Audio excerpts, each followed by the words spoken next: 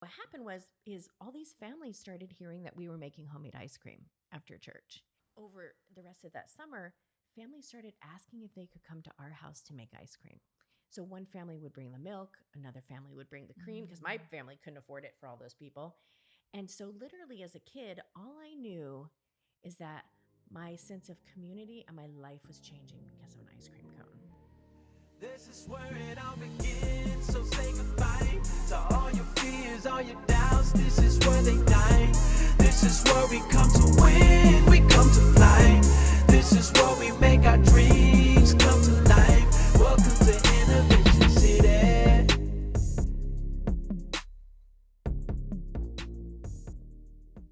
Welcome to Innovation City, a podcast featuring the innovators, creators, and disruptors who are fueling innovation in emerging markets across the country. I'm here with my co-host, Leanne Buchanan. Hello, everybody. And we have a very special guest today, Tamara Keefe. Thank you. Good morning. Welcome. Thank you. Happy to be here. So, Tamara, I'm really excited to learn more about you and also what great energy went into your business. Even the name, Clementine's Naughty and Nice Creamery, is just so fascinating. So you serve as the flavor Temptress, and I really want to unpack what that means in a moment. But first, I want to start off by asking you the question that I love to break the ice with, which is, what is your superpower and how did you first discover it? Wow, my superpower. I'm nice. Okay. I don't know that I ever first discovered it, but I think when you come from really humble beginnings, like I did, you kind of grow up in an environment where you don't have a lot of opportunity and things are against you. And I just remember as a little kid, I was just nice to everyone. And when you come from nothing, you all you have is you. Mm-hmm. And so being nice and being kind to people is how you learn to navigate the world. And I think at a really early age, I was very outgoing and I was just very nice to people. And I guess I'm smart too, you know?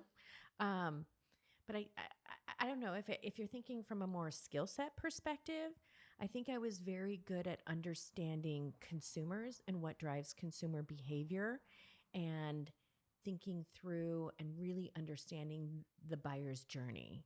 And that was a skill set that as I came up in corporate America, not a lot of people thought about. It was very old marketing systems and processes that were used.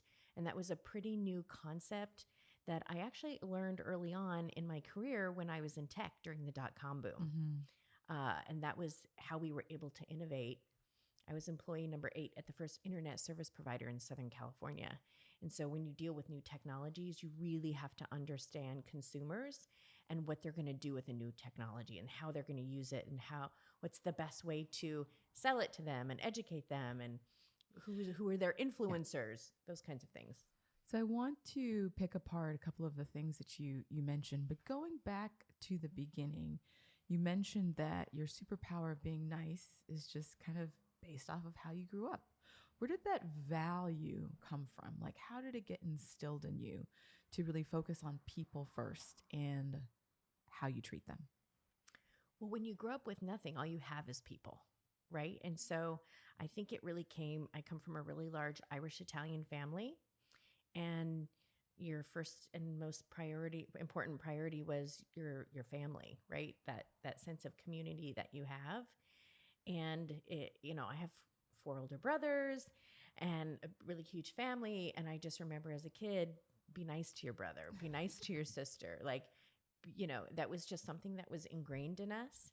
And seeing the world and growing up going through difficult situations, a lot of times people just need someone to be nice to them. Mm-hmm. And that's something that I have carried forward into this day and into the Clementine's experience. People live hard lives. We have a lot going on. And sometimes people just need you to be nice to them. And one of the things you mentioned was your experience in the tech space Mm-hmm. and that early stages of the .com era. And what's interesting is finding the intersection between technology as a tool and how people interact with it. Mm-hmm. So I'd love if you talk to us about what you learned about people and how they behave from your experience in the tech space. Probably the biggest thing that I learned, I worked for the most amazing man, Eddie Milstein, who was the best leader to this day, best mentor. And he gave us something to believe in. We were part of building something new and cool that was going to change the world. And it was amazing to see myself so young in a career really understand what it is to have something for people to believe in and that they're a part of, and they will do anything for it. I mean, we worked 20 hours a day. We slept on sofa. I mean, during those years in the heyday, which it was an amazing time to be young and in marketing, because the world literally, our technology was changing the world, and to be young and to be a part of that. So I think I learned that if you have something that is true and honest that people really believe in, they will like stick with you through anything, right? It's that, I hate the word because it's so overused now, that transparency, but when you really have a core belief in there and you can get people to buy into what you're doing, they'll follow you to the ends of the earth. And I think that was something I learned really early on in my career. This brand loyalty and that attachment to a particular organization and the vision is so hard to cultivate. I'm sure Tyler wants to get into your current company. Well, I'm just curious how you got from tech to ice cream. Like, how's that happen? Well, when the .com world boomed and burst, I was at a changing point in my life. I had just gotten married. I'd given up my highly successful role and highly paid, where I was making crazy money at a bright young age of, in my early 20s. I got married and moved and changed my career. And I have a non-traditional history. I didn't start my bachelor's until I was 25. And so I think education, after the boom bust, all of a sudden, here I was, this great junior but good marketing person, and all of a sudden I was having to compete for $40,000 a year jobs with Stanford MBAs, right? Because everyone everyone was out. And I was like, I can't compete with this. And so I kind of made a poignant decision at that point that was a great time for me to go back and actually get my education. And I think education is wasted on the youth oftentimes. And so as a 25-year-old woman, I went to college with very traditional aged college kids.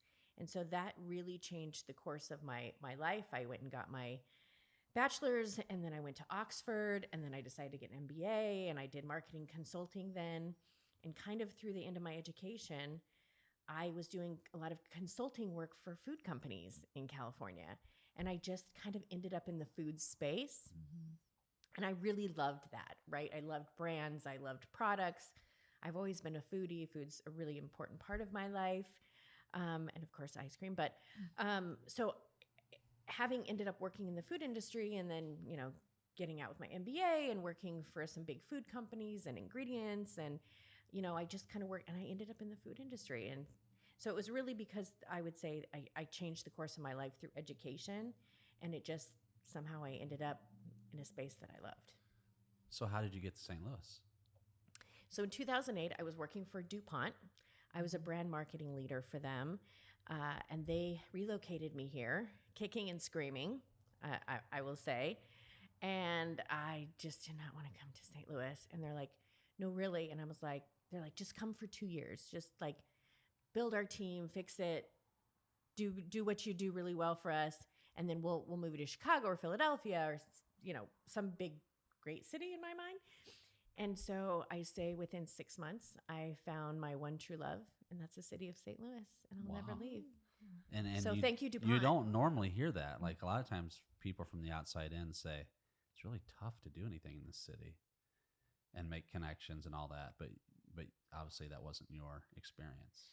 No, I had such an amazing experience coming to St. Louis. First of all, St. Louis is this amazing city, right? Midwesterners are gloriously friendly people. To your tax dollars are at work in the city like none I've ever seen in the country. Your zoo is free. Your museums are free. Your program around the city, 1,500 seats to every show at the Muni in perpetuity are free. You have like one of the country's best opera groups. And so if you're into food, there's an amazing food scene. If you're into music, they have a cool music. There's so much happening in the city and it's so accessible. You know, you can be a young couple and start out, get married, live on one income, buy a house, put your kids in good school, go on vacation, and save for retirement in the city. Why? Because you can buy a house for $100,000 here or $80,000. Or back in 2008, like you could buy a house for 60. It wouldn't be a mansion, but you could buy a house, right? And coming from the coasts where that's just impossible, St. Louis is just a very accessible city. The cost of living here was amazing. Again, there's just so much happening here. It was, I didn't even really know where it was on the map. That's kind of embarrassing to say. I was like, they have this arch thing. But like when I got here, I was so blown away by how cool the people were. And I moved into the city. And I also think credit that I've had such an amazing experience here because I didn't move into the county somewhere where I would have been on an island. Like I moved into Lafayette Square and like people would just, I met people in the coffee shop. Hi, who are you? Blah, blah, blah. And I just met friends instantly. And I had these like great neighbors who would be like, oh, you're traveling. Like, let us bring you dinner. And St. Louis has been a very magical place for me. Sorry, that was a long answer. No, that's awesome. I'm curious about the brand vision and ethos for Clementine's Naughty and Nice Creamery. It's a mouthful, and I imagine there is... So is my ice cream. Okay, let's try. But I imagine, Tamara, that there is some fun and vibrance and something that inspired you to start it. So talk to us about that story. Yeah, well, ice cream has been my passion since I was a child.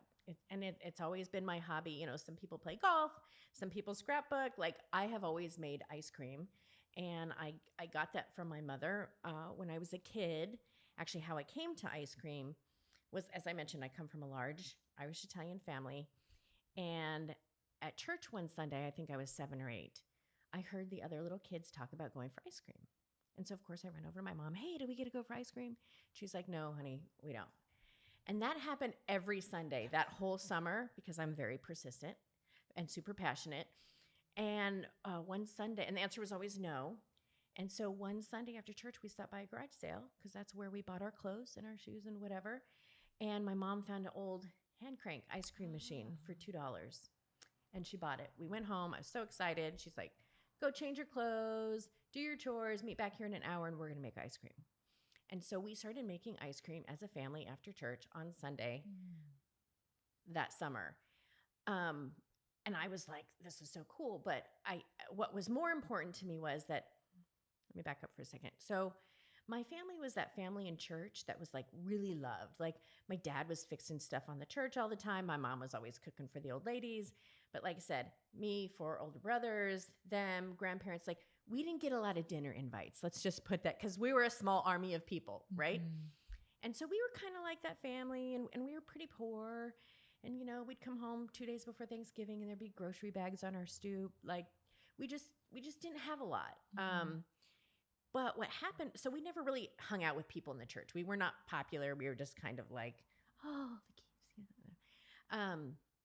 And so, but what happened is all these families started hearing that we were making homemade ice cream after church. And so what happened is over the rest of that summer, families started asking if they could come to our house to make ice cream. So one family would bring the milk, another family would bring the cream, because my family couldn't afford it for all those people. And so literally as a kid, all I knew is that my sense of community and my life was changing because of an ice cream cone. And that, I talk about ice cream has changed my life twice. Once as a kid, because it gave me this whole, like we became like the most popular family in church. Like we had all these friends, we were invited to things. Like as a kid, I was like, oh my gosh, ice cream really did like change my life and create this sense of community that I never had outside of my family. So it was just so amazing as a child that ice cream had such an influence on me, and that it really did change my life and my sense of community. And I think that has always stuck with me. I think we made. Let me go back. So as a child, making ice cream with my family, and particularly my mother on Sundays after church, that was something that her and I like did together as well. And it was something that I've maintained as my hobby and passion through life. My mom passed away when I was 21, so the torch was kind of handed to me. Then, and so it's ice cream has always been with me, and I love what ice cream does. It's the most emotionally powered food that we have, because and it makes people happy. When you think of your first ice cream experience, it's amazing and wonderful with your grandparents or your friends, or, and to this day. So ice cream has this incredible power to bring people together, to create sense of community, creating memories and laughter. And it's always been my hobby and my passion. And, my mom was the first one to make crazy ice cream flavors, because she would I remember her putting tomato and feta in an ice cream because that's all we had in the fridge. Interesting. So I'm curious, as you mentioned the ice cream flavors, talk to us about maybe the most interesting flavors that people can find at your shop. Well, we have the naughty ice creams, right? Okay. So we have a secret process for infusing alcohol into ice cream up to 18%. So, and that was something we were doing before anyone in this country. There's been zero innovation in ice cream since Dippin' Dots.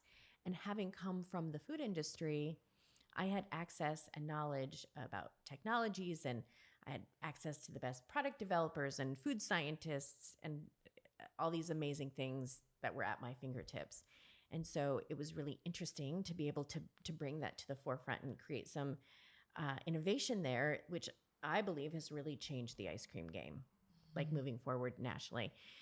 So we have our naughty ice creams. So our maple bourbon with salted candied pecans, or our chocolate cabernet, or our Manhattan. We're famous for our Manhattan ice cream. So if you love classic cocktails, I'm your girl, right? So those are kind of the naughty ones. But the one we're most famous for, and I'm most proud of, I'm proud of all of our flavors, but is probably our gooey butter cake ice cream. Gooey butter cake is such a foundation in St. Louis. If you were born and raised here, coming from California, I had no idea what gooey butter cake was, and I was not about to put anything in my body that had gooey and butter in the title, right? And so when I moved here, I was like, absolutely, I'm not eating that stuff. And everyone's like, no, you're crazy. We grew up on it every day after school. My mom or my grandma always had a tray of gooey butter cake at our house, and blah, blah, blah. And so I tried it when I first came to St. Louis, and I gained 15 pounds because I went on a mission that I had to find the best gooey butter cake in St. Louis. So every day I went to a different place, a different restaurant, a different bakery to find the best gooey butter cake. So it was something I fell in love with as I moved to St. Louis. And at that point, no one had ever put it in ice cream before. Oh. And so I was looking to make my mark with Clementines on St. Louis and to pay homage to St. Louis, because it's been such an amazing city. And so early on, I said, I'm going to make this into an ice cream. I'm going to make a gooey butter cake ice cream with chunks of homemade, delicious gooey butter cake in it.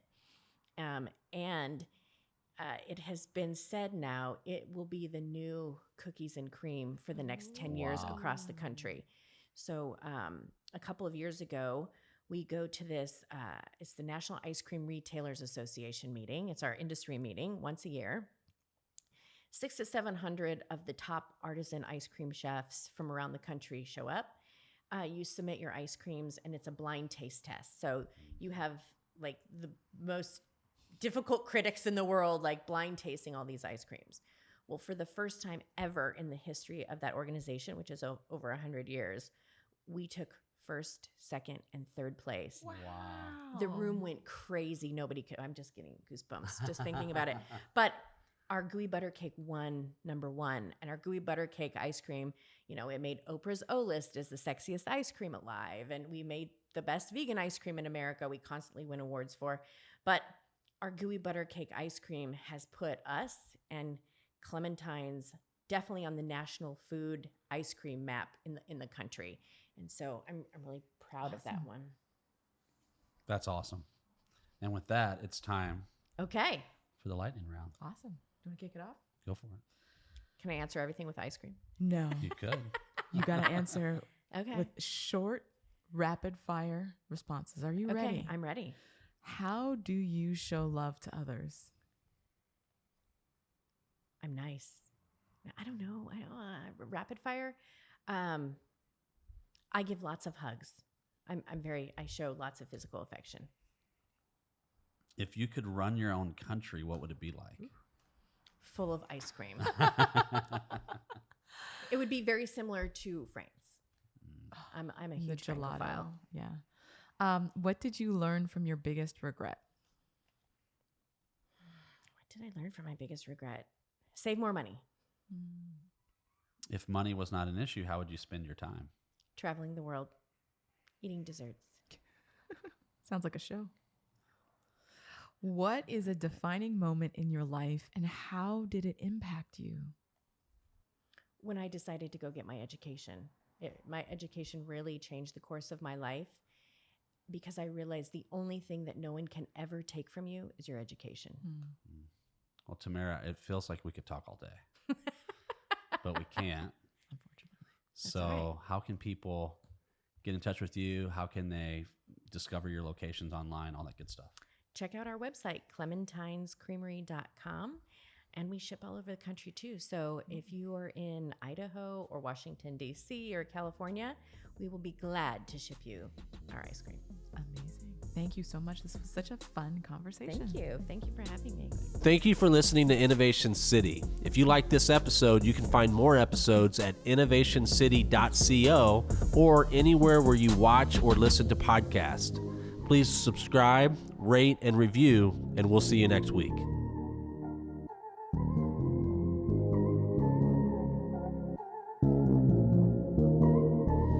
This is where it all begins. So say goodbye to all your fears, all your doubts. This